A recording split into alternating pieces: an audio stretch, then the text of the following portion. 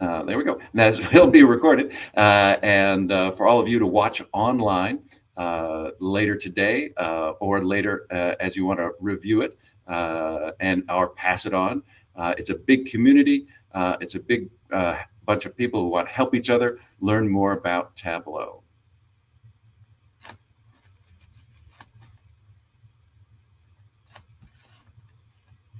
This is Stephanie, one of your co-leaders.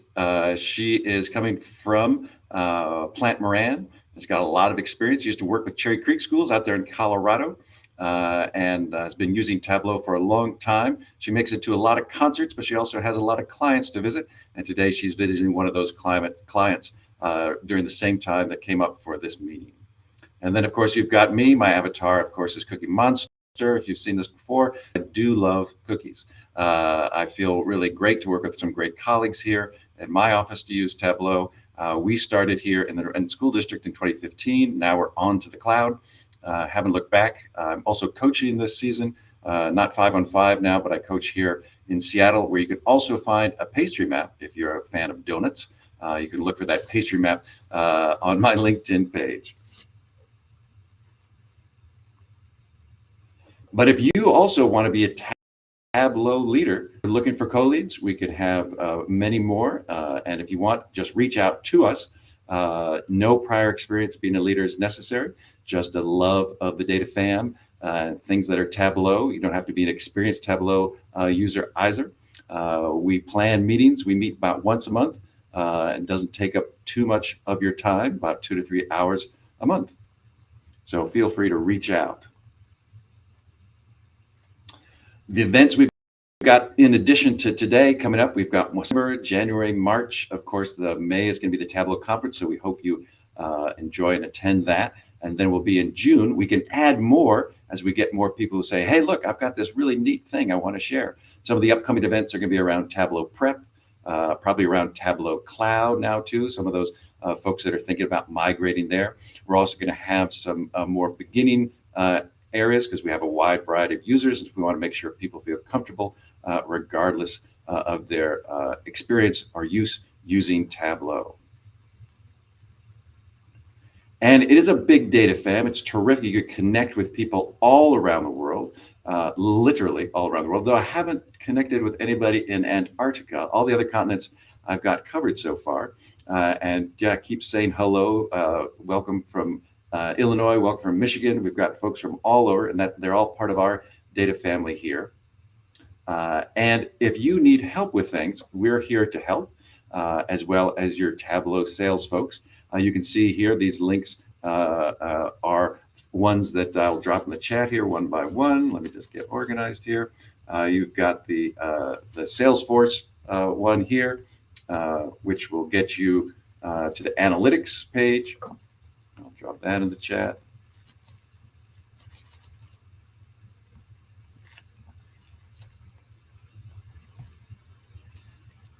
And I'll drop more in the chat later, but all sorts of things are here available to you. Community, more videos, all ways for you to learn more about Tableau. Whether you are experienced or inexperienced, we hope that there's always something there for you to find and that you to enjoy.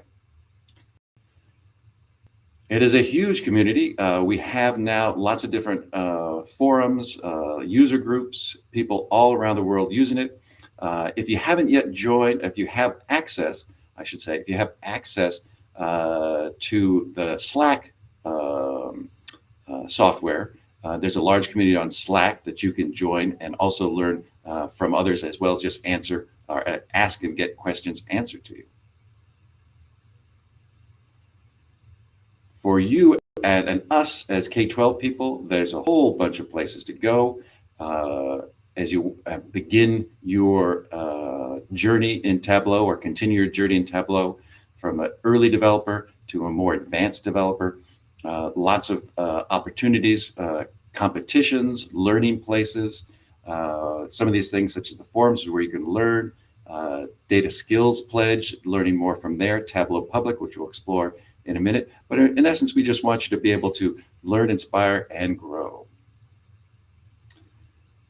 There are specific courses you can take as well. If you are getting ready early days or even more advanced days to work in Tableau for yourself.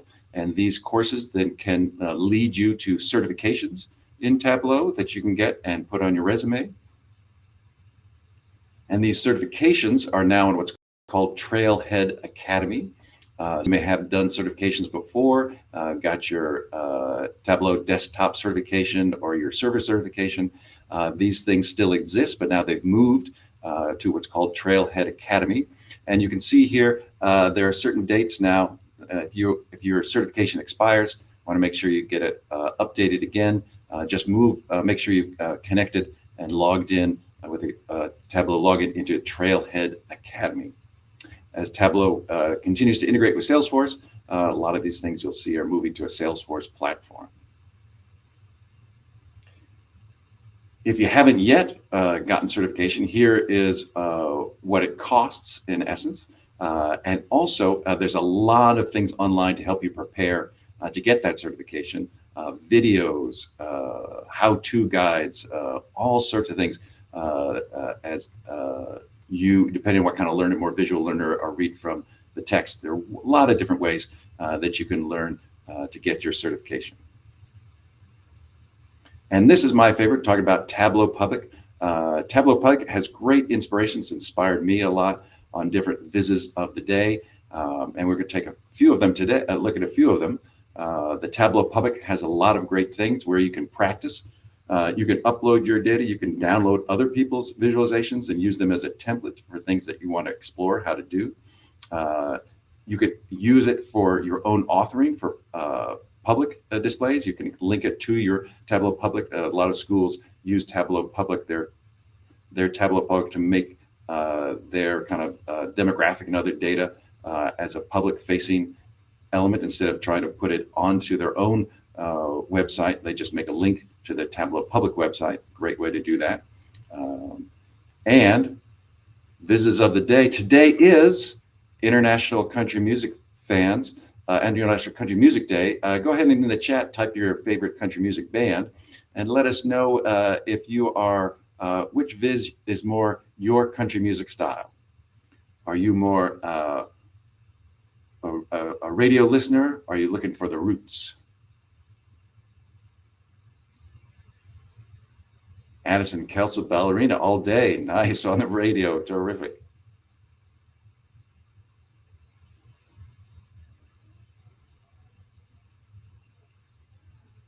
Don't be shy. Go ahead. Share it. This is where you get to practice. This is you get to practice putting in the chat, typing things out. Chris Stapleton. All right. Classic rock. That's all right. It's just not classic rock day today.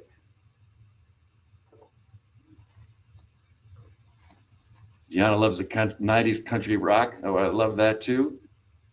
Oh, yes, we got Chris Jansen. We've got all sorts of things coming in. So, yes, you all will be able to celebrate International Country Music Day.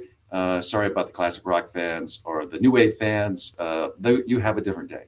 But if it's not, country music's not your thing, it is also National Monte Cristo Day.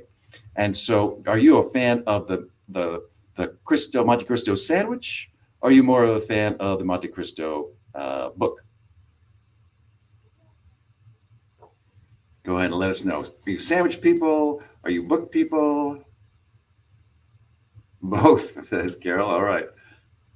As well as Sarah. Sandwich. Okay. It's a tough choice. I agree, Lewis. It's a tough choice. Sandwich or book. Sandwich or book. And as well, it is Constitution Day. Oh, I like Lewis liked the sandwich while reading the book. Very good, Lewis. So it's Constitution Day. And some of the things about our Constitution in the United States here are in the news. So I remember that today is Constitution Day. Celebrate the Constitution, the original, the first 10 amendments, and all the amendments since.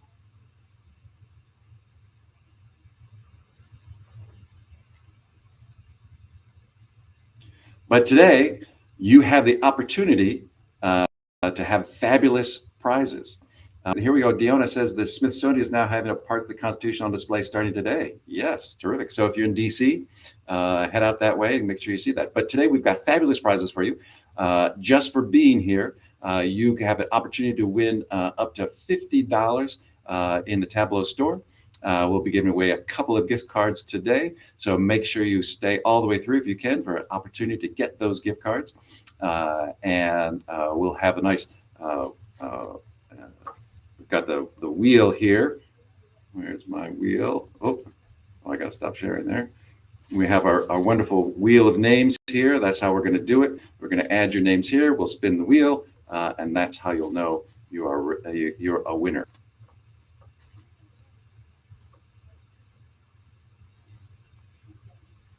Now we've done our announcements. I've done enough talking. Now let's hear from you. Now you don't have the audio here, but you do have the chat.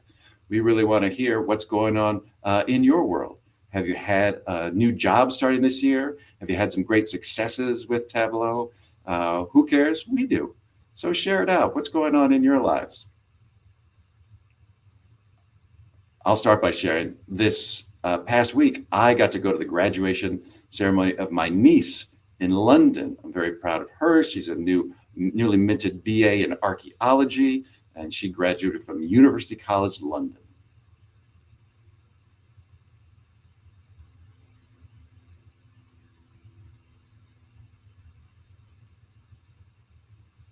Lewis started a new job. Oh, terrific. Congrats, Lewis. Hope it's going well.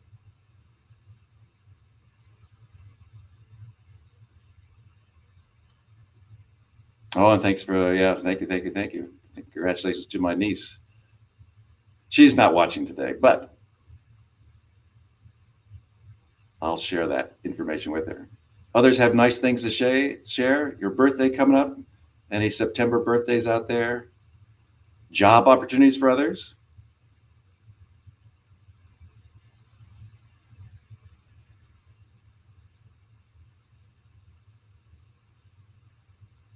Well, thank you for those that shared. Keep on sharing it. We want to hear the good news, and we're hearing the news about you.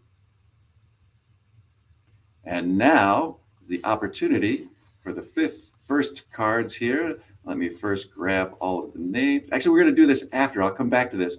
While the presenters, I'll do the names, and we'll do the gift cards after we hear from the presenters. And right now, we're going to hear from our first presenters about attendance matters. We have some terrific folks. Rhode Island Department of Education, the RIDE folks. They're all together in a conference room over there. Let them introduce themselves and go on mute now. Santiago, you have it up now as soon as I figure out where my mouse is to go on and share. Oh, okay. Now, did you want me to keep the slides for you? Yeah, please, and then we'll do the live presentation. Got it. So we'll come back to the slides. Here we go.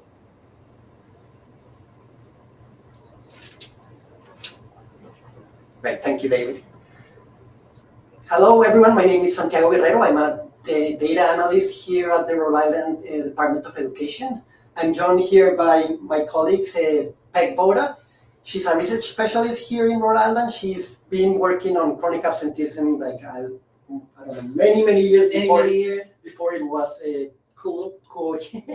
Yeah, and I'm also joined by Maria Pedraza Padin. She used to be an attendance officer at a district. Now she works at Rhode as an attendance improvement fellow. And Peg is gonna talk a little bit about the chronic absenteeism in Rhode Island, like the initiatives, and Maria is gonna help me. Like while I show the dashboard, we're gonna she's gonna show how she's been using, and she used those dashboards in the field to inform decisions. Like again, can you move to the next slide, please, David?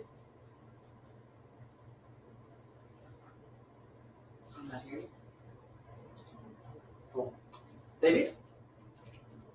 Next slide. Okay, perfect. Well, maybe I can move. So before starting, probably most of all of you know what chronic absenteeism, but like, I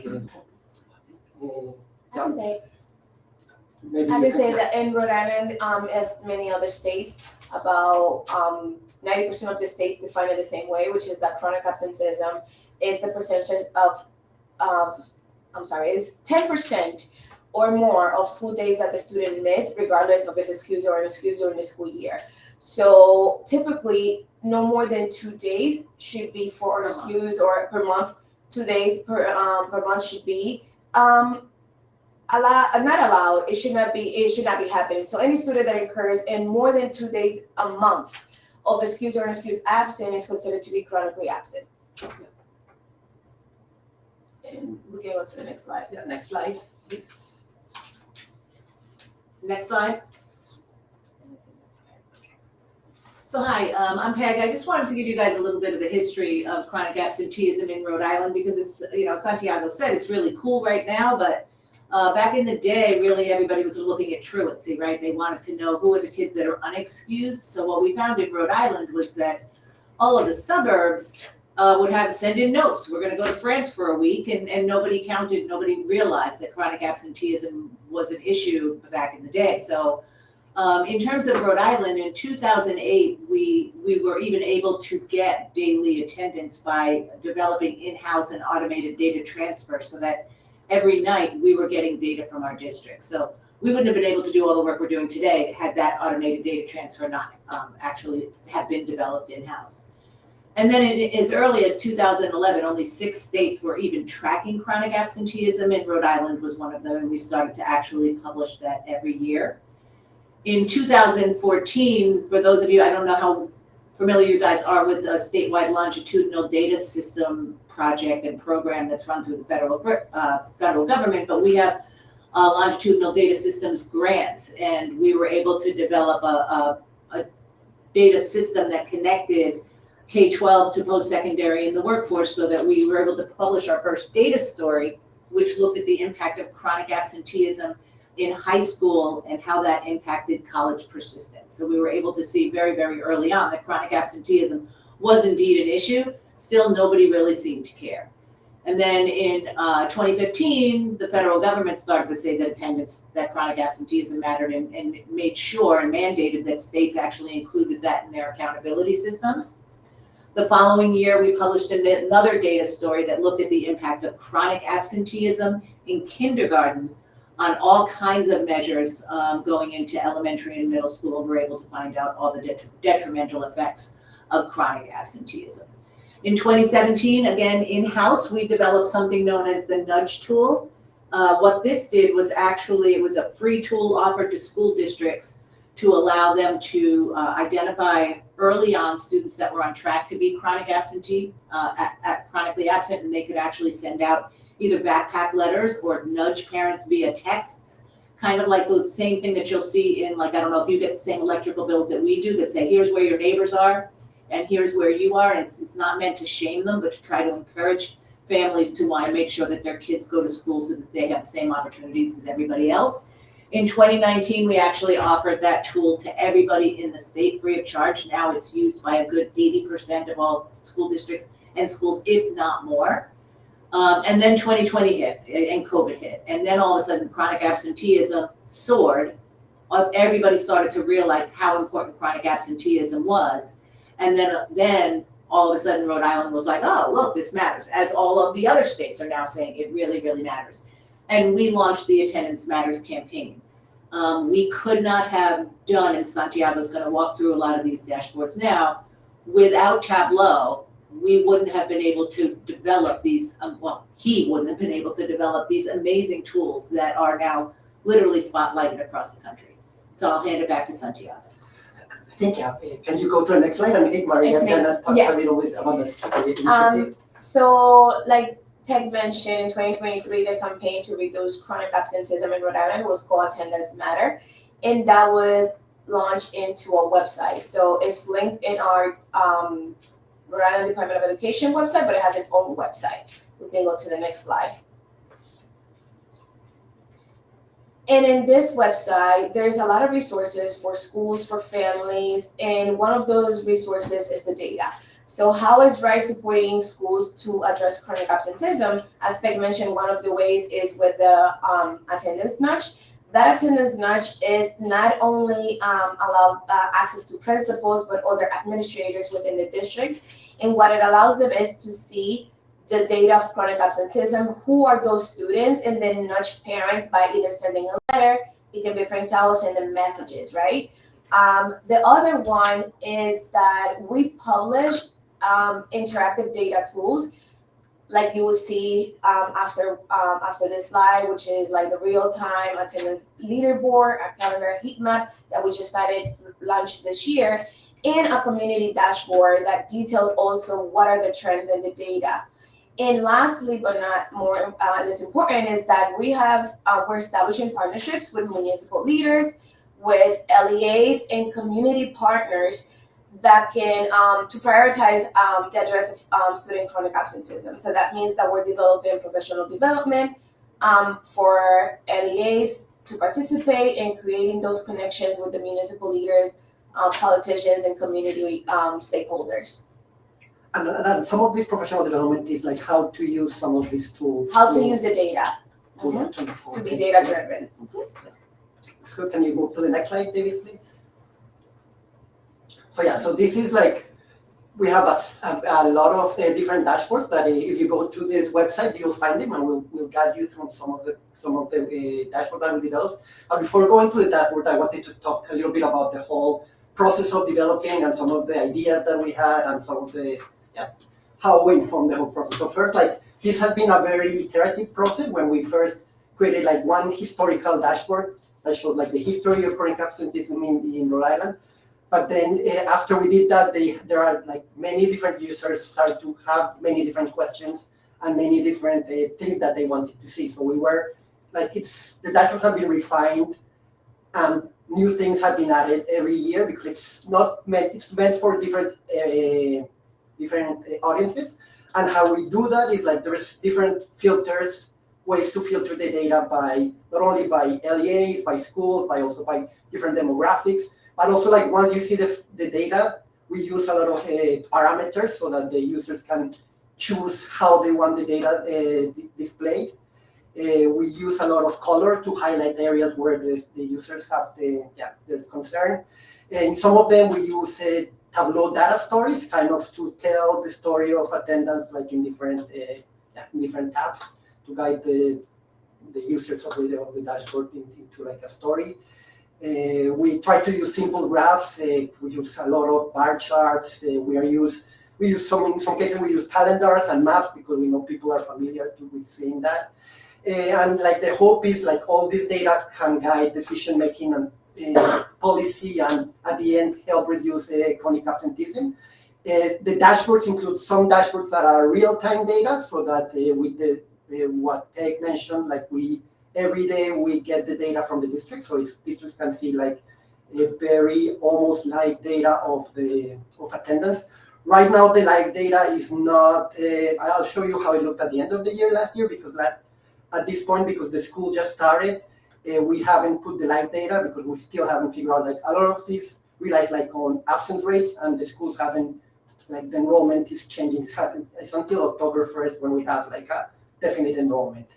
But yeah, and then as I said, like, we've been connecting to other things. So attendance, we've been connecting into achievements. So we can see some dashboards when we say, like, if your chronic absentee or chronically absent, how do you do in the state assessments? Are you more or less likely to graduate? And a lot of different things like that. And we plan to keep building. So we want to connect the data, for example, with the survey data to figure out, like, are there any attitudes or perceptions of the student that are more related to chronic absenteeism, or even with post-secondary enrollment, like how does chronic absenteeism affect post-secondary enrollment?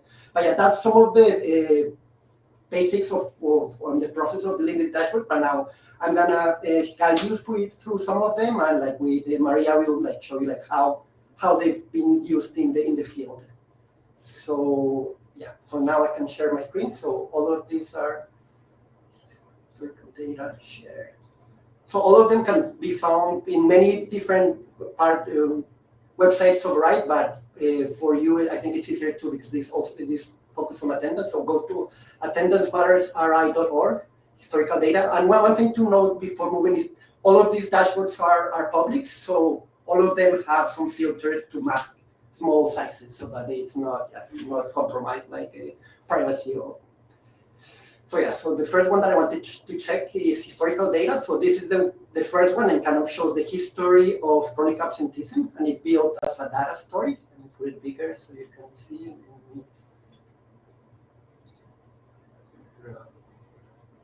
Okay. So yeah, so here's the introduction here. If you click in the story first, it goes and shows like the number of students chronically absent and the trend, and you'll see what Peg was talking about, like with the pandemic, chronic absenteeism soared. Fortunately, it's been reducing every year. We get less and less chronically absent students, and part of it, yeah, it's good to be able to track of this, but some of the district have been using some of the information here to help achieve these improvements in attendance. You know, it's important to show them their Santiago. Yes. Show them like if you click on a district, it Oh, yeah. automatically changes it so you can look by your school or by your Oh, district. yeah. So, for example, let's go to Central Falls. That is where Maria used to work as an attendance officer. So yeah, and it shows your district, and then so all these filters are interactive, so you can only see the schools within that district, and then you can filter by all of these demographics to figure out like how the students are affected. Yeah. And I can say that the coolest thing, to put it like that, of a dashboard like this is that it's not only user friendly, but it puts together all the information that normally we would have to go to different places to get, right? So by choosing the LEA or the district, now I can paint a picture to either parents or community stakeholders on how the attendance trend has been in terms of how many students, but also by percentages.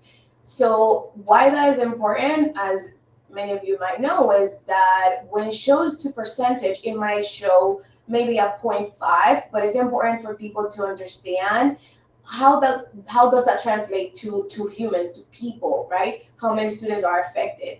So having everything together, it allows you to do that. And then by doing it by LEAs or individual schools, it allows us to compare how we are to peer districts or to peer cities, or even how can you inform trends. The other thing is that having the filter of differently able, MLL, homeless, and foster, mostly more than raise and launch, it allows us to target interventions. So by this, I can see the trends on a specific group. So now I know that when I'm going to establish goals on a specific groups, who am I going to target? Because I can see the trends in number of students, but also in percentages through the years. And here, number of students and percentages. This is another chart that shows, the next one shows percentages. And one thing that we added in this percentage one is that usually we define chronic absenteeism as being absent 10% or more of the days, but there's a huge, like a student can miss barely 10% and be chronically absent, but there's some students that miss more than half the days of school, and they are counted chronically absent. But for this, we wanted to show like, okay, which, like distinguish, like for example, I don't know if you can hear, but for example here, well, 27.6 are chronically absent. Around 3.1% of those missed more than half the days. And so kind of being different categories. And as Maria mentioned, that allows us to, like, strategies are different for students that barely miss 10% or miss more than half the Yeah, school it days. allows for a more effective MTSS system, right? When we can tier students, it doesn't mean that the frequently absent are less important or we're not going to target them, but it's the level of intervention that we're going to offer to that group. So as you get, and more important is like towards the efforts of chronic absenteeism, I normally tell people that yes, what we want to decrease as the numbers, and after COVID, you can see that extremely absent, which is kids are missing 50% or more, it has decreased significantly for what it was COVID. So when we look and we compare back to pre-COVID, and this is like how I use this, if we're looking to compare to pre-COVID, we can see that specific groups like the extremely absent is almost to what it was before, but what it has varied is the other groups. So again, it allows us to identify tiers of intervention to be more effective. Right. So that was the first one that we want to show. Now we're going to go quickly through other of the dashboards. The other one that I want to show is this one, is data by town and neighborhood. And this one uses the students. So as part of the data submissions, we get the addresses where the students live. So we map that to census tracts and block groups to see like where do the students that are currently absent live within the different neighborhoods. And that's and I think Maria can talk a little bit about how it will be used. So I'm gonna put Central Falls. Yeah, that's fine. So if I put Central Falls here, so it just shows the census tracts in Can you Central show- Falls. And can you show in the display to the schools? Yeah. So the way that I use this dashboard, it was very specific. So when you choose to display the schools, now I can see where is the population of chronic absenteeism based to the school distance. And how did I use this? It was to inform transportation decisions. So now I started to see in that district, transportation is offered for students from pre-K to second.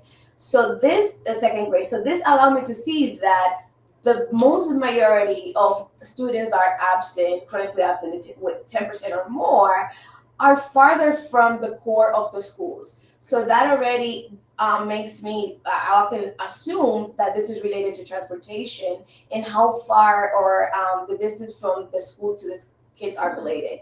But also to target, because what I did is that I said, okay, so I can see that the darkened areas are farther away from the core of schools, but now I'm going to look into my internal data because I can almost ensure that these kids are above second grade, because transportation is given to those until second grade. So now I can use this to go to my administration and say, maybe we need to revise the transportation policy to expand it to certain grades, and that would probably help to the chronic absenteeism based on distance from the schools.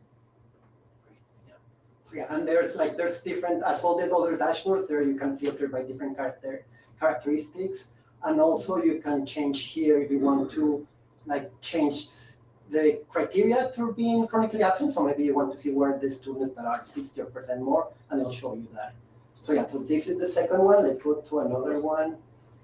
The third one is, let's do the heat map. Yeah, and this is one that, as I said, every year we add new things and improve the other ones. This one was just launched, and currently it's not just shows the whole year of last year, but the idea is to, once we have better data for this year, it's going to be updated daily to see what are the attendance rates by day. So yeah, we use the idea people are familiar with a calendar, so we just used a heat map for that to show which days are more, there's less students attending, and which days are more students attending, and show which ones. Yeah. So maybe if Maria can talk a little bit more about. So you don't understand how exciting this is because when we're talking about chronic absenteeism work, the idea is that we partner and engage districts to create interventions and targeting populations, but we don't want to add more work than what they already have. So in the past, without having this, what it would translate is that I will have to work with the data coordinator to start maybe checking what are the trends between 2 weeks here, 2 weeks there, or wait until the end of the school year to then target interventions based on days. So having this in a map, it allows for the work to be more effective. Instead of working harder, you're working smarter, because now I can create interventions based on this color. So I already know that the calendar is showing me that the beginning of the school year is strong, right? But something happens during the breaks, as we should know, right? The third and fourth quarter are a little bit more challenging when it comes to the breaks. But also, what is the trends for the first day of school, and what are the trends for the last day of school? So now I can see that the last day of school, there's a lot of oranges and reds. So how can I create interventions at the school level to engage students to attend more during those days? So does that mean that maybe the Monday after a break, we're going to start a school spirit week, right? Or we're going to do a good attendance event to promote students being in school more than that. So yeah, having this in a one place that I don't have to go to 4 different places to collect the data, and then after collecting it, I have to analyze it to then present it. This already did everything for me. This already collected the data, analyzed it, and then put it in a picture that is easy to explain to any population. So this is easy to understand, not just for educators, but also to families, students, and community partners. And you can see like so here I put Central Falls, and you can see like by days, like okay, what for example here you see Right after this school break, right? Yeah, yeah right right, after the breaks, yeah. right after the break, yeah. So this past year, that week of the 16th was the week, like the last day of school was that 20th. And that's when you notice that it's right before Christmas break. And that's when we see a lot of absenteeism for family traveling. So now we need to, okay, so that happened, how we're gonna plan for that? You can see the same thing during Fridays. As you notice, like Fridays are kind of challenging for the district. So something is happening on Fridays more than Mondays that students are discouraged to attend, right? And what is that? So it allows us to go back to climate and culture to see how we engage students, but also to address with community leaders what's happening in the city during those days that might also be holding students from attending school. So not just maybe an internal root cause, but it could be also external. But now we have the graphics to share and to intervene to create plans of intervention based on those scholars. And all of this data, all of the district data is here. So when you hover, well, even though you chose Central Falls, it shows you when you hover over, it'll show you it compared to all the, show you how many LEAs across the state were in session, what was the attendance rate for the state in that same day to compare. And also like for these days that there's no school, it'll show you, okay, what's the reason why there's no school. For example, here, we can see that this was a professional day. Sometimes we see like snow days. But yeah, that's this is the second one. Let's move to, let me see. Yeah, I think, Real time, right? yeah, I'll put one more. What did I do? Did I stop sharing? Yeah, no. Not there. Okay, let me go to another one, real-time data.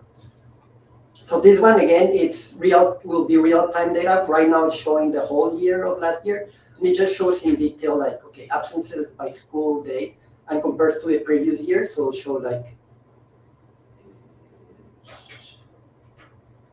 so they can track across the year how they're compared to the previous year. So then this is the number of absences.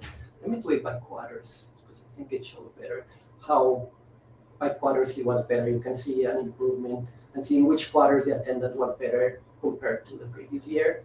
It always changes by the third. Yeah. Yeah, exactly. And then we have this one showing like a more detailed data of the attendance. We in our collection we get a lot of details about like what was the reason of absence. Unfortunately, that data is not every district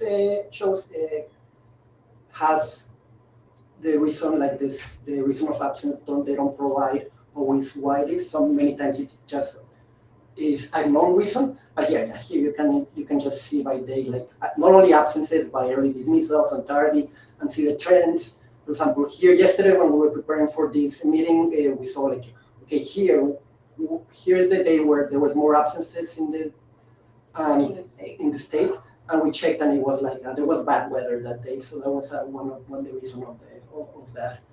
And let me check. Do you have anything to say about this one? No, I was saying that this one, like similar to the heat map, what it allows is to also create target interventions to groups. So now I can see that maybe this is specific day, or even to check in a chunk, like in a quarter, whatever. What was the reasons for absences that were reported? So if I see an increase in illness, then now I know that I have to engage school nurses, community members on how to address what's going on in the city. Maybe it's because of the weather or whatever reason. A lot of times in the schools it's because it's flu season and everybody's spreading it. But now we can see those reasons and create target interventions for it. So even though that is sadly true that not every district in the state report all the types, but it should be best practice to do that because of this, because it allows you to be even more detailed when it comes to interventions. And I would just add one thing to this is that we've never actually posted early dismissal and tardy data. Yes. So even if you're getting your chronic absenteeism better, right, you're Yes. working on that. It's important for schools and districts to realize that, you know, if a kid comes in 3 hours late or leaves 3 hours early, it's still missing school. So it's not just chronic absenteeism, it's shining a light on all those kids that are, look at all those kids that are tardy, right? That's a lot of kids. Yeah. That time matters. And one of the things that we did is like in my district was that 3 years ago we were dismissing like Wednesdays were for professional development, right? So by having this data, we noticed that those days that there was early dismissal, the chronic absenteeism went up. Like a lot of students would miss the day completely because it was hard for parents to plan for just half a day, right? So they didn't see a reason just to send the kids to school for 3 hours. So all those, like the number of students absent that day was significantly for reason unknown, which is unexcused, right? But it translated to babysitting, daycare, transportation issues. So then the district was able to inform for the following year, then we're not going to do half a days for professional development anymore because it increased the number of students that were absent. So then let's choose another time. Maybe we'll do just one full day in the quarter or one full day in the month. So that way we're limiting the amount of students that are absent to half a days. Let me show this one, the last one, because no, this one, the achievement one. Just quickly, because it's, as I said at the beginning, we're trying to combine with other data, the attendance with our data, and here it combines with achievement data, which tells the story of why we care about chronic absenteeism. So this will show, well, it will show like how, if you're more chronically absent, you're much less likely to be proficient on the different state assessments. So just let's look at this one bigger. So yeah, so here it shows like the students that were not chronically absent were 34.5% were proficient in RICAS, while 16.6% of the chronically absent were proficient in RICAS ELA. And this is the state exam that it's given to 3 through 8. Mm-hmm. And you can see also by more detailed data before detailed categories. So it also shows like if you are absent more time, then you are less likely to be proficient. So here it just shows like if you are absent less than 10%. So here you see the students that were absent more than 50%, like they're almost all of them either did not meet the expectations or partially met the expectations. And I know, Maria, you had something. Yeah, and what I wanted to say specific about this dashboard is that even though when you look into the detail, it shows you by percentage of chronic absenteeism how the student did, it highlights or uplifts something that is not like in discussion right now. So for example, by looking at this, I can see, okay, so there's a correlation between chronic absenteeism and achievement, but also this might be uplifting something different. Because how can it be that a student that is 50% or more of the time chronically absent is still meeting expectations? So now I have to look and do some intrinsic work when it comes to climate and culture. So it's not just the fact that the kid is absent and is not achieving, but if you're able to achieve, then there's something going here, because then the reason for the chronic absenteeism might be related to climate and culture, or it could be related to challenging curriculum and practices. So it allows me to actually think about things that normally I wouldn't put together, and to do more in-depth research about it or how to support students so they can be here in time in school and just achieve and like succeed in whatever it is that we want them academically. Thank you, yeah, this is what we wanted to share with you. We're gonna stop sharing, and I don't know if we have David. We have time for questions, or at the end, or maybe there are questions while we. No, you've got time. Yeah, you've got time for questions now. You've got a lot of excitement and happiness for your work in the chat. People want to know, have some questions here. Let me read the questions out for you as they came in here. First, a lot of praise or great dashboards. Well done. Addison would like to know, with tooltips and accessibility issues within them, with tooltips and accessibility issues within them, how can this data be seen by screen readers? Yeah, that's a good question. We're not sure, and we have had discussions about like how to make this more like accessible to people that cannot distinguish colors. But yeah, that's something that's been in our minds. We try, hopefully the screen readers read the tooltips, because we don't know if the colors are. I'll say the colors are problematic because all the work out there says you don't do the red and green anymore. Like that's so like you're not supposed to do it, and yet everyone understands it. And so leadership here is still very, very interested in maintaining that sort of red-green structure because it is so understandable to everybody. And if you look at the colorblind colors, they don't have that same sort of connotation. So we've got to figure that out. We're doing it in other work, and hopefully it transcends to this work. But I think it's probably a problem for everybody right now. And it's a real problem. I am colorblind, so I don't distinguish between shades of orange or red. For me, they're all similar, like the same. So I cannot, by looking at our heat map, I can distinguish the shades of green, but the oranges or red, whichever it is, they all look the same to me, right? So I think that it is a real problem, and we're aware of it because, of course, I am one of the audiences. I just think that the challenge for them is how to go away from it so it can be more accessible to people. Yeah, no, I appreciate the questions. Michaela seconds it and says, in the middle of building a dashboard for public facing for their community, and it's also have questions and concerns about accessibility. Good news is next in November, our next K12 is about accessibility.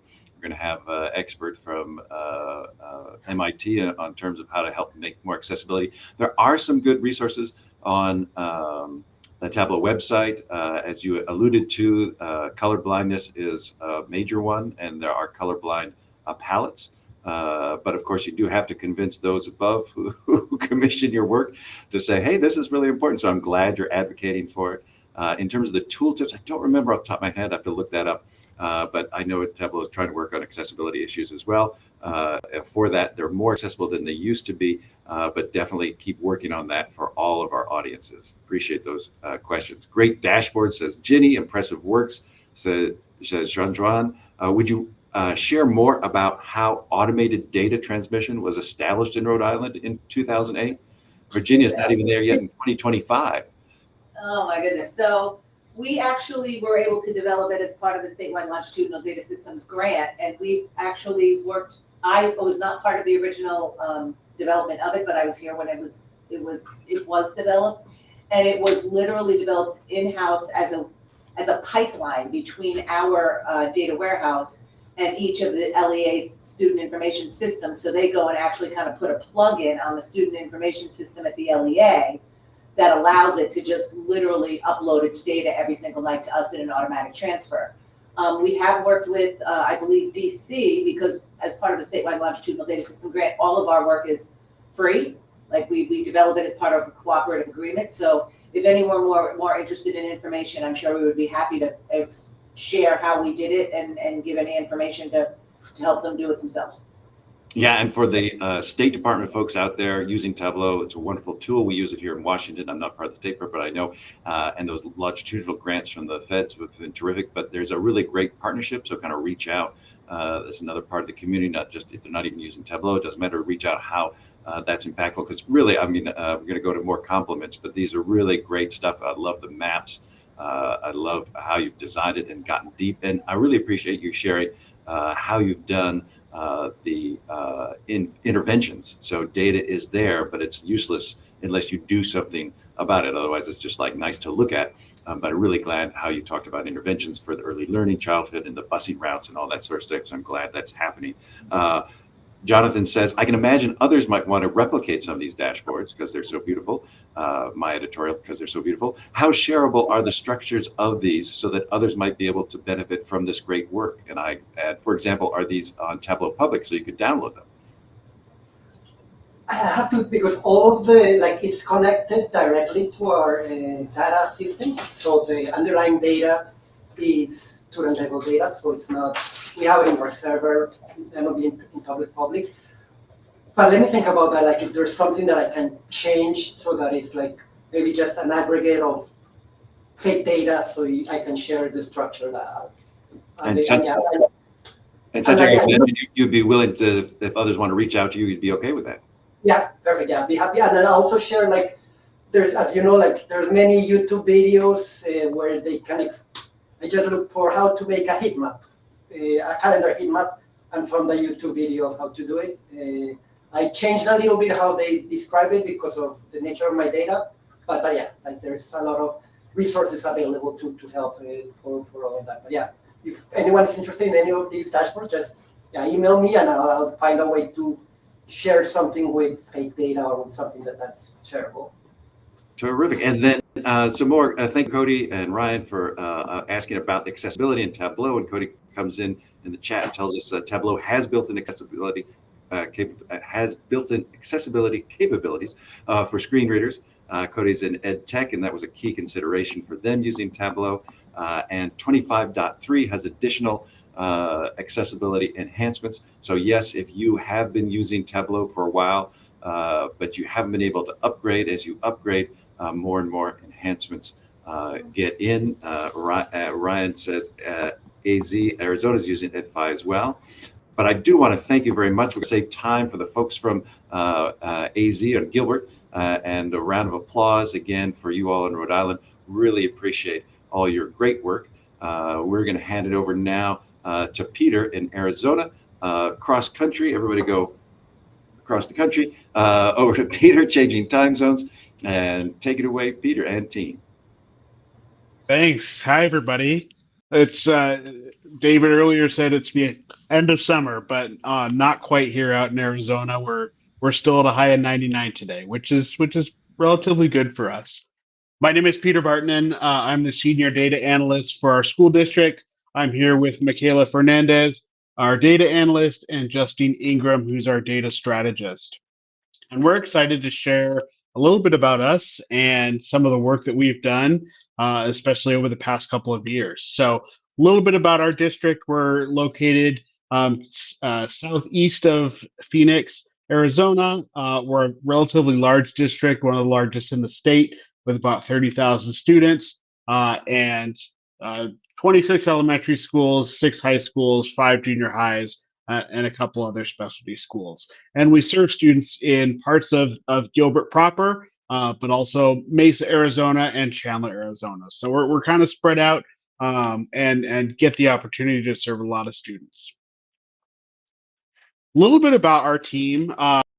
We came together. The three of us specifically lived in different areas of the district up until the beginning of last school year, when we had the opportunity to come together under the new mantle of the data and research team. So the three of us came together along with our programming team, our student information team, our state reporting team, and the programmers to form what we call the data and research team for our district. So we're responsible for a lot, but being together under one roof and under the mantle of technology services has allowed us to really collaborate and be together all on one page, and I think has made our work even stronger.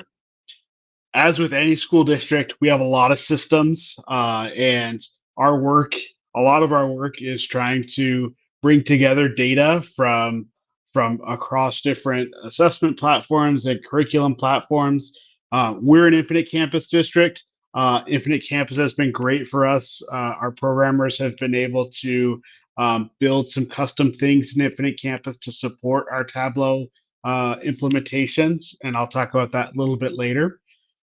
We've got lots of assessment systems. We're a Microsoft SQL Server district, and we're utilizing Tableau Cloud. And most recently this year, we picked up Asana for managing all of the data requests and projects that our team takes on, and that tool has been really nice to be able to calendar out the work that we need, but also efficiently bring in or take in data requests and just all the feedback that people have, and make sure that we're able to kind of handle it and do that efficiently. We've been with Tableau since about 2021. In 2022, we hired our first full-time data analyst. That's Michaela, who started expanding Tableau resources really on her own. And I mentioned in 2024, our full team came together, and for this year, we've acquired our site license for our district, and we're working right now to go all the way down to the teacher level. So the theme of what I want to talk about today, and really our work over the past 2 years plus, is thinking about our data and our dashboards from three different audiences and three different levels, right?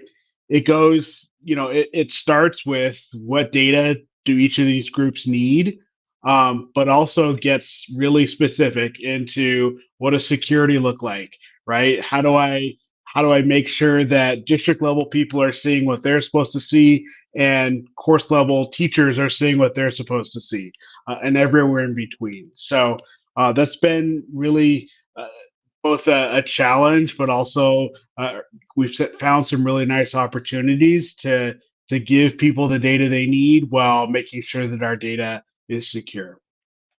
So today I want to show really two of these three dashboards, but when thinking about beginning of the year tools that have really had an impact for our users, these three came to our team's mind. I'll start by showing the school data hub, which has replaced the default Tableau cloud view of all the folders on the white background, and given users a nice place to start and easily find everything that they need. We developed a student profile, which I'm not going to go into today, but I call it the baseball card visualization, which it contains everything that we know about each of our students in a kind of single scrollable page. We have everything from enrollment data to attendance, assessment, and graduation data, and a whole lot more. And then lastly, I will go into our state testing dashboard. It's the time of year where we're kind of in the mode of figuring out, okay, how did we do last year, and but also what do we need to know about our kids going into this year, and what can we prepare based on what they did last year. So this dashboard is going to be great for that. I saw that David put it in the chat. I want to just call out that we found this resource from Lisa Truscott sometime last year, all about user interface and some tricks for building some of those things into Tableau, and that's been really instrumental in improving the user experience of Tableau. When we started off, we heard a lot about, especially from principals and instructional coaches who are super busy, but that getting into Tableau and trying to find what they need was hard, and so using some of these UI tips, and really thinking about the user and the user experience. We've gotten some really great compliments about how usable our tools now are, and how much easier it is to find data. So let me jump out of the slide deck here and over to our first dashboard, which is our school data hub. You can see here, this dashboard has a couple purposes.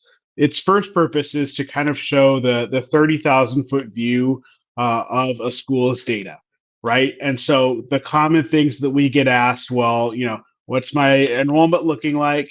What are my special programs? How do they compare to the district, right?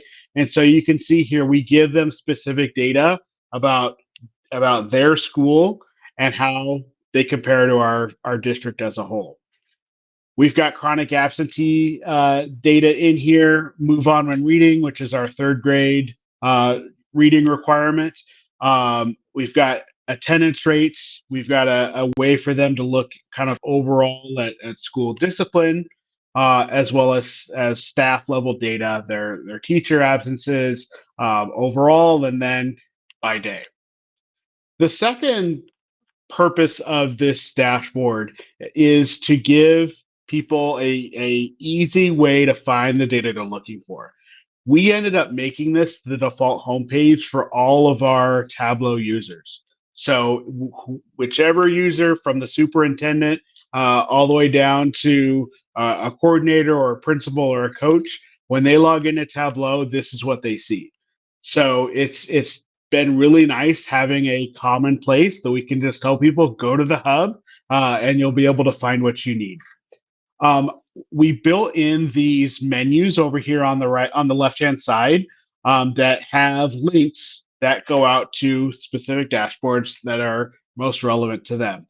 The nice thing about this menu is it's dynamically generated, right? When we have elementary schools, junior highs, and high schools and district people all accessing the same page, obviously their data needs are very different. So this menu is generated using a table in our SQL Server that essentially looks at the school field and says, okay, if this is an elementary, I'm going to show all of the elementary links. So all of these pop out, and all of these are links that are relevant to the type of school that is selected. And obviously, and it was a task, but we were able to set up the security so that people are directed right to their school, and not and don't have access to others. So that's our school data hub. I'm going to flip over now to our state assessment dashboard.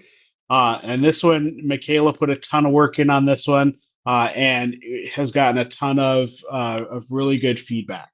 So I mentioned that with state assessments, like now is the time where we're doing a postmortem on last year, while also trying to figure out what do our kids need going into this year. And so you can see across the top, there's a ton of different views that users have to look at this data and figure out what it means. But one of the biggest innovations that she did when she kind of renovated it this year was this blue bar that has 3 filters in it, which allows users to look at data for the past 3 years, but also to look at data for last year's kids or this year's kids, or in May and June, when they're starting to look ahead to next year, they can look at data for next year's kids. And that's been a really big deal, right? And it's been a big request to be able to see who are the kids that are coming to me, and what does their data look like. As we scroll through this first page here, obviously we have a breakdown of overall performance, but there's another piece here called our bubble distribution graph, which has been super valuable, and really speaks to the strategy of using this assessment data. What this graph is showing is it's a dual axis, right? And so the background are the horizontal bars, which show the different cut scores for each proficiency. So if I hover over the red, it shows the cut score for minimally proficient, yellow for partially proficient, light green for proficient, and dark green for highly proficient. And each of these bubbles represents students. And so when we trained all of our campuses and all of our district users on kind of the strategy behind using this, one of the examples we gave was like, let's look at the border between minimally proficient and partially proficient, or partially proficient and proficient, and let's identify the students who are falling at those levels. And so one of the nice features about this is the ability to drag a box around a certain bubble or certain group of bubbles and use the student list up here to figure out who those students are. Another kind of tech tip or tool that we've built in is Tableau's custom extension of I think it's called Tableau Table, which like we've put these almost everywhere to allow our users to get a list of students, but also be able to download that list of students quickly and easily. As we go through here, we've got a set of collapsible sections. So as you all know, working with Tableau, it's really easy to pack in a ton of data all into one place, and we know that leads to very quickly to data overload. And so one of the tech tools on Lisa Trescott's site that I mentioned earlier was to have this organization where you can pop open sections based on what you want to see. So we've got a section for reporting categories and clusters. And if I scroll here, we can pop open a different section for writing and a different section for oral reading fluency. So tons of data packed in here, and it's all important. Again, this is a really a K12 dashboard. And so some of these are more important to some than others, but the ability to kind of toggle different views to get the data that I actually want to see and kind of ignore the rest has been really positive. I'm not going to go through all these pages, but looking at our district summary, our district with all of our schools uses what we call the continuous improvement process. There's something probably similar that everybody does, but as part of that process, schools are asked to look at this data both as a whole, but also down to subgroups and cohorts as well. And so we give all of our school principals and instructional coaches access to look deeply, not only at their own school, but also at the district data. So they can switch just by the click of a button over from their data to look at, okay, how's our district doing as a whole? And where are the gaps and strengths in writing and the different reporting categories. And this is relatively new this year, we give users the ability to go deep into teachers and really look at how are our teachers performing, and again, being able to put in the bubbles for the bubble graphs for each of those teachers so that they can dig in as they're having conversations with teacher teams or PLCs to really say, okay, fourth grade team, this is how our data came in last year. Or if I switch my filter up here, I can see here's what your kids are coming to you with. Let's talk strategy around who these students are, where they're at, and what they might need. Okay, Michaela, is there anything else I missed on that one? Do you want to talk about?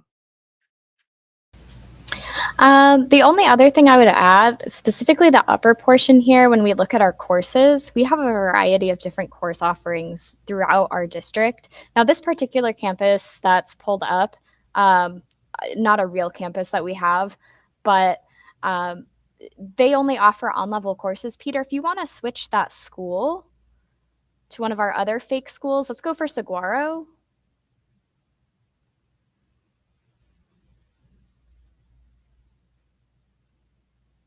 And so if we look at this school, for example, we can see that their fourth graders last year who took this test are currently sitting in fifth grade, and they could be taking like honors reading or their on-level reading, and they get to see that comparison piece of how students perform across those different levels of courses.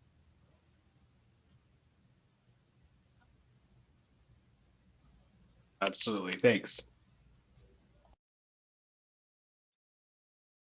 All right, we've obviously got tons of data in there, but didn't want to overwhelm you all. But thinking about what's next for us, as I mentioned earlier, we've now been able to purchase a site license for all of our teachers, and so we've developed kind of 3 dashboards to start with for teachers: an ability for them to look at their class, an ability for them to look at a specific assessment and dive into standards analysis to see how students performed on each standard, as well as a virtual data wall for ELA, math, as well as early reading. So we're in the process right now of piloting that with just 4 of our schools, getting lots of feedback from them. Part of that feedback has been developing our own Tableau user groups. And so we've developed 3 that we're meeting with every month or so to both train and get feedback and really adjust what we're doing in Tableau or doing with our trainings to make sure that this rollout is successful for everyone. And I mentioned earlier, more users equals more security. And so a lot of our work has been and continues to be figuring out how to most efficiently manage the different roles and exceptions and security across all of our dashboards. So one of the just lessons that we learned is that we started out by using virtual connections to handle all the security, but that didn't allow us to show users district level data, which we wanted to do no matter what security level. And so we figured out a way to do it using a filter within each Tableau dashboard, which has been really, really helpful. And that's all I've got, David. I'll take any questions.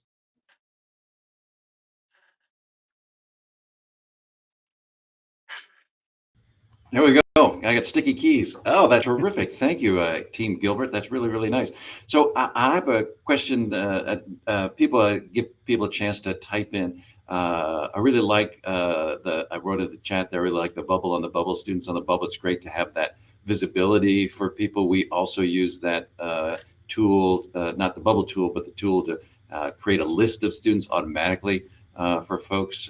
That's terrific. I'm glad that you shared the inspiration from Lisa that you've got there. Again, showing the Tableau community can really get you going pretty quick. Now, your own backgrounds you've got going there. What are your own kind of backgrounds yourselves as users that made Tableau easier or harder to get used to? Yeah, so I grew up a teacher. So I was a teacher and a school administrator. I worked in our online school for 6 or 7 years before jumping over here to the data team. Michaela, you want to mention yours? Yeah, so I also come from a teaching background. I actually taught for 7 years in secondary math. My collegial background is degrees in math, statistics, and then education. And so I decided it was time for a career change and hopped over into data analytics because I really do love that statistics side of things and wanted to get more involved with that. Obviously, I do still love the education sector. I wouldn't have gone into teaching if I didn't. So I'm lucky enough to still be here in education and doing what I love in the statistics realm and still helping teachers and schools and getting kids where they need to be, hopefully. Justine? This is my 15th year. I started in Gilbert as a teacher, and then I was an administrator and running like specialized programming within the districts. And then I was building out like Excel sheets for like counseling departments at a high schools to keep track of their at-risk seniors and juniors. And that's when the district said, hey, we like that skill set, bring it over here. And so that's how I got into it. Yeah, that's terrific. I mean, that's why I remember. I got to meet the Gilbert team for the first time at the Tableau conference this past, whatever it was, April or May in San Diego, and they said, "Hey, we want to present." So I knew your backgrounds a little bit. Of the backgrounds were the ones like that, and just to share with the family. You don't, aside from Michaela, who's had a different major in college than me. I was a French major. So if you really like data and you like getting into it, Tableau can be accessible for you. We've given people time, in addition to giving some compliments, to have some questions here. Kristen Cole out there is a former elementary teacher as well. Exclamation, exclamation. Frank says, bubble plots are great enhancements to the standard quartile quintile breakdown in assessment results. And yeah, I would say I really like those bubble plots with that. Because it also the kind of quartile quintile. I have been, still am, but I'm getting away from being a fan of those box and whisker plots, and that bubble within a bubble, I think, does an even better job of displaying that than a box and whisker plot. But Karen asks, how can you generate a list of students based on where you click in a viz? Can you share a bit about how you do that? Peter, do you want me to take this one? Yes, please take this one. I'm going to share the screen in case you want to reference it. Absolutely. So it's really just a filter action in Tableau. So when you're setting up your dashboard actions, one of those is a filter action. And so I have it set up that it's going to use really any of these views that that you see as that filter. So once you click a bubble or you drag around several bubbles, essentially what that filter action does is it identifies the scale score that's associated with that bubble. And then it uses that as the filter in addition to the grade level that's been highlighted or selected. So once you click into that student list, which is just a show hide, that filter has then acted on this page here to only show students who have that relevant scale score.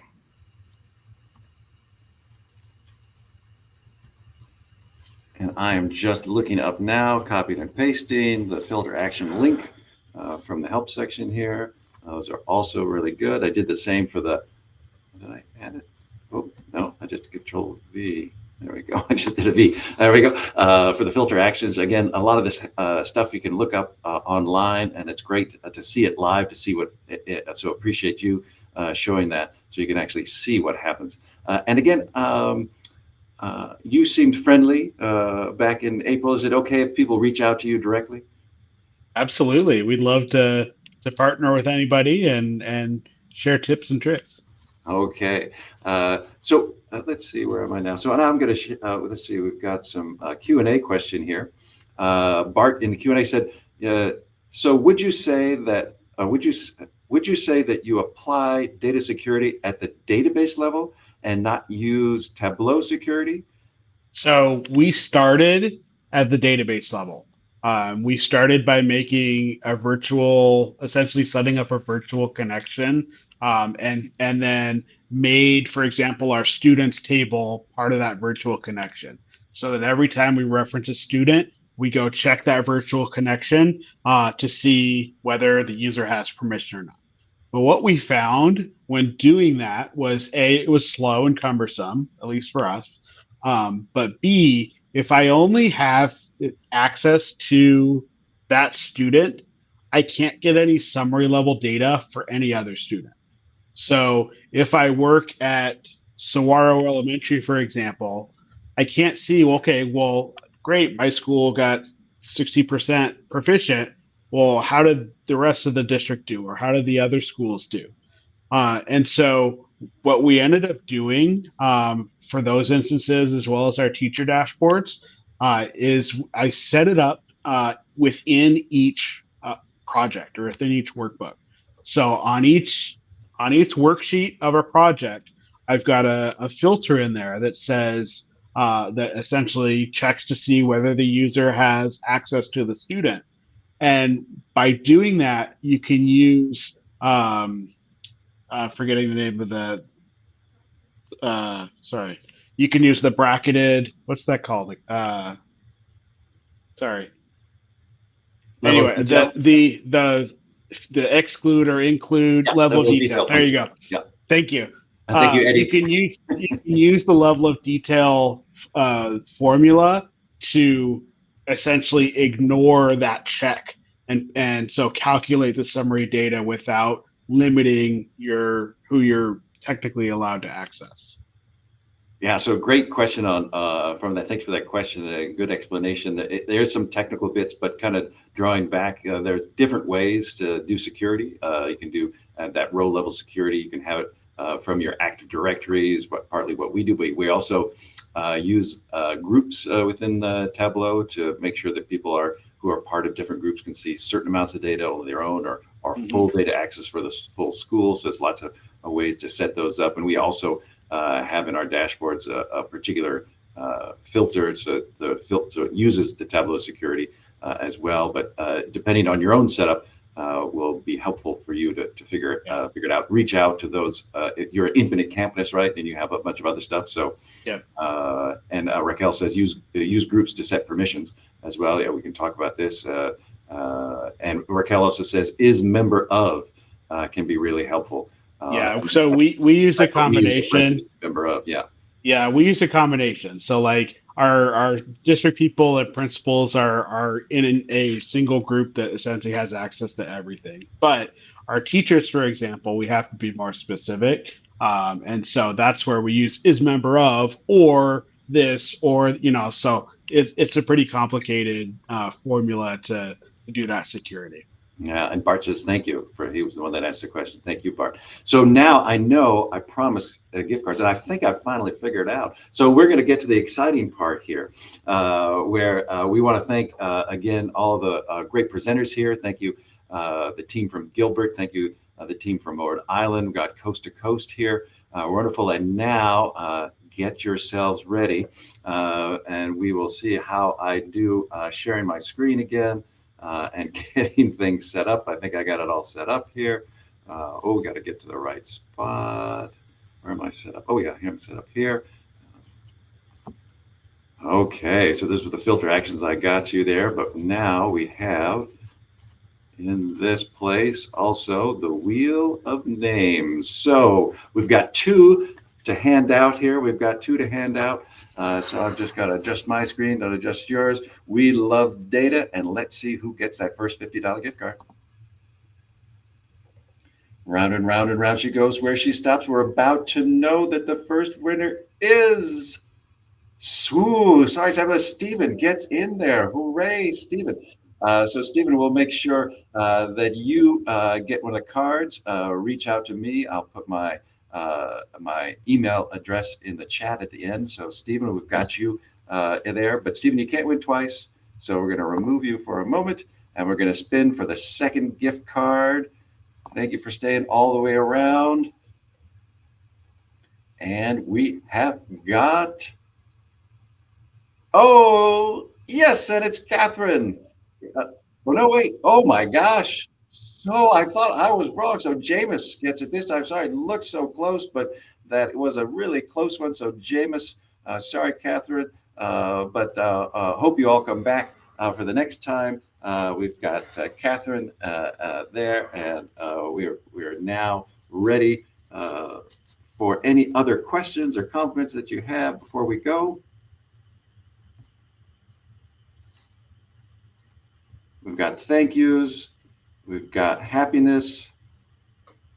Yes, Catherine gave me like a, oh no sign, and Jameis gave us that. Like, so as the winners, feel free to reach out to me.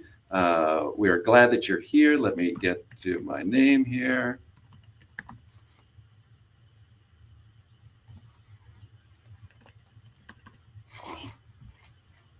Gotta get my fat fingers going. So reach out to me. Again, if you have interest in being part of our team here, reach out. We've got one person who said they're really interested. So we'll have hopefully a new team leader in February. And let me get my screen going here again. Find myself.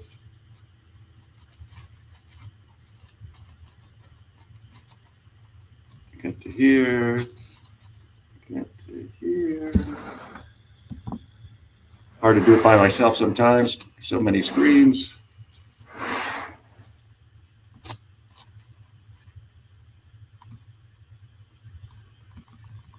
Go down, second gift card. We want to first remind you, there we go. Want to remind you that we have more coming up. We do have an accessibility coming up on November 19th. More dates after that. If you're interested in presenting, feel free to reach out to me, david.ogden@rentonschools.us, for those of you watching online who weren't able to see our chat. And also, we wanted you to know that we've got the great sponsor here, Plant Moran. They're a one-stop shop. If you have questions about cloud or other things, Tableau, feel free to reach out to them. Stephanie will be back next time. And thank you. We really appreciate you being part of the community. And again, thank you, the team from Rhode Island. Thank you from the team from Gilbert, Arizona. We hope to see you in the future.